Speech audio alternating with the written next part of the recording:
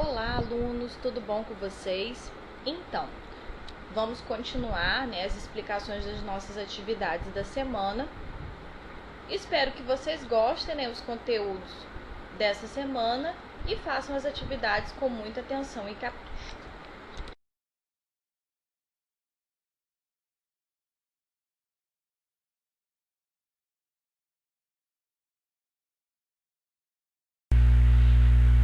Então, nessa semana, nós vamos falar do conteúdo nominado de simetria e assimetria. Os objetos, animais, vegetais, minerais e as pessoas estão à nossa volta e podem ser classificados quanto à forma em simétrico e assimétrico. Segundo alguns pesquisadores, a simetria é encontrada um dos fatores que geram grande beleza. Em uma das pesquisas feitas por eles, várias fotos de pessoas diferentes foram apresentadas a um grupo de participantes selecionados para a experiência. Eles deveriam atribuir uma nota de 0 a 10 a cada rosto, conforme o grau de beleza. Posteriormente, as fotos foram agrupadas pela pontuação e submetidas à medição de sua simetria.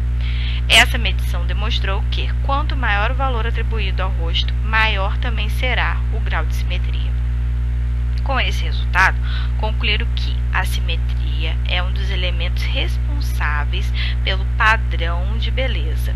Simetria é um arranjo ou uma composição de um todo dividido em duas partes ou mais partes que apresentam correspondência da mesma forma e no tamanho a partir do eixo de simetria. Então, vamos observar essas imagens aqui. Nós temos um animal, uma joaninha, e aí no meio dele foi traçada uma linha, que essa linha é chamada de eixo de simetria. Um lado corresponde ao outro lado por terem as mesmas correspondências. Isso não ia acontecer se a joaninha fosse repartida de forma horizontal. A mesma coisa acontece com a imagem do tigre. Existe uma linha, que divide o rosto em duas partes, e aí a gente tem um eixo de simetria. O mesmo acontece também com essa mandala registrada aí, que em qualquer dos lados que nós repartirmos, de passar esse eixo de simetria, nós vamos ter similaridade entre as duas partes. E isso é simetria. O eixo de simetria é uma linha imaginária que divide as formas em metades iguais.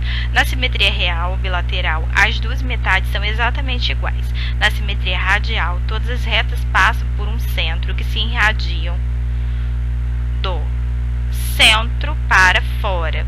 Por exemplo, as rodas de bicicleta e a estrela do mar são dois exemplos de simetria que vai do centro para fora. E isso é chamado de simetria radial, Geralmente, ela tem formato circular.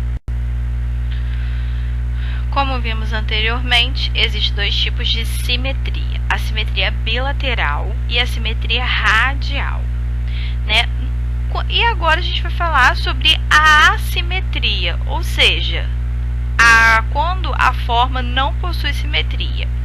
Nos assimétricos, os lados não possuem eixo central, portanto, um lado não tem correspondência com o outro lado.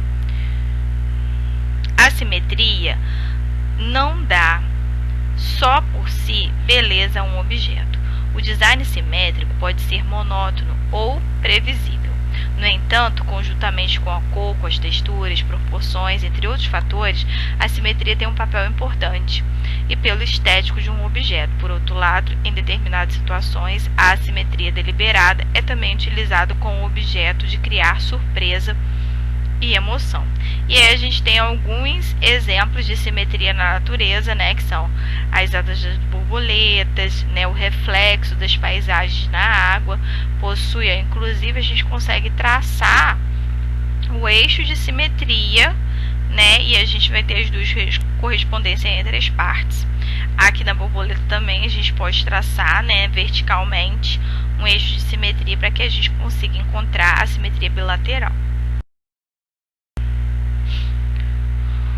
Aqui também outras imagens, para exemplificar a questão da simetria, unida à harmonia nas obras de arte. Vamos agora executar a nossa atividade.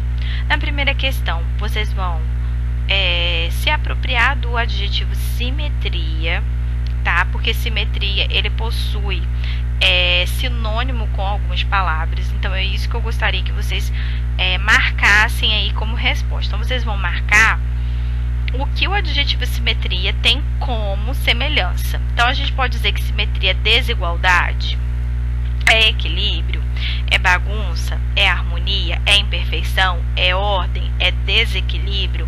Então, reparem bem o significado de cada palavra aliado à questão de simetria. Das palavras descritas abaixo, indique a alternativa que não podemos caracterizar como uma simetria, como uma característica da simetria. Então, nós temos harmonia, equilíbrio, desordem e ordem. Qual desses a gente não pode considerar? Na terceira questão, vocês vão pintar os quadradinhos em que as imagens indicam uma simetria bilateral. Então, existem 3 maneiras diferentes da gente classificar a simetria. Nós podemos classificar em simetria bilateral, radial e assimetria. Então, seguindo esses critérios, de que maneira a gente pode classificar as mandalas? A gente vai escrever no lado como que a gente pode classificar esse tipo aí de círculo, se ela é uma bilateral, se ela é radial ou se ela é assimétrica. Depois que vocês denominaram no espaço que está aí nesse retângulo, vocês vão fazer um colorido nessa mandala com bastante harmonia e equilíbrio.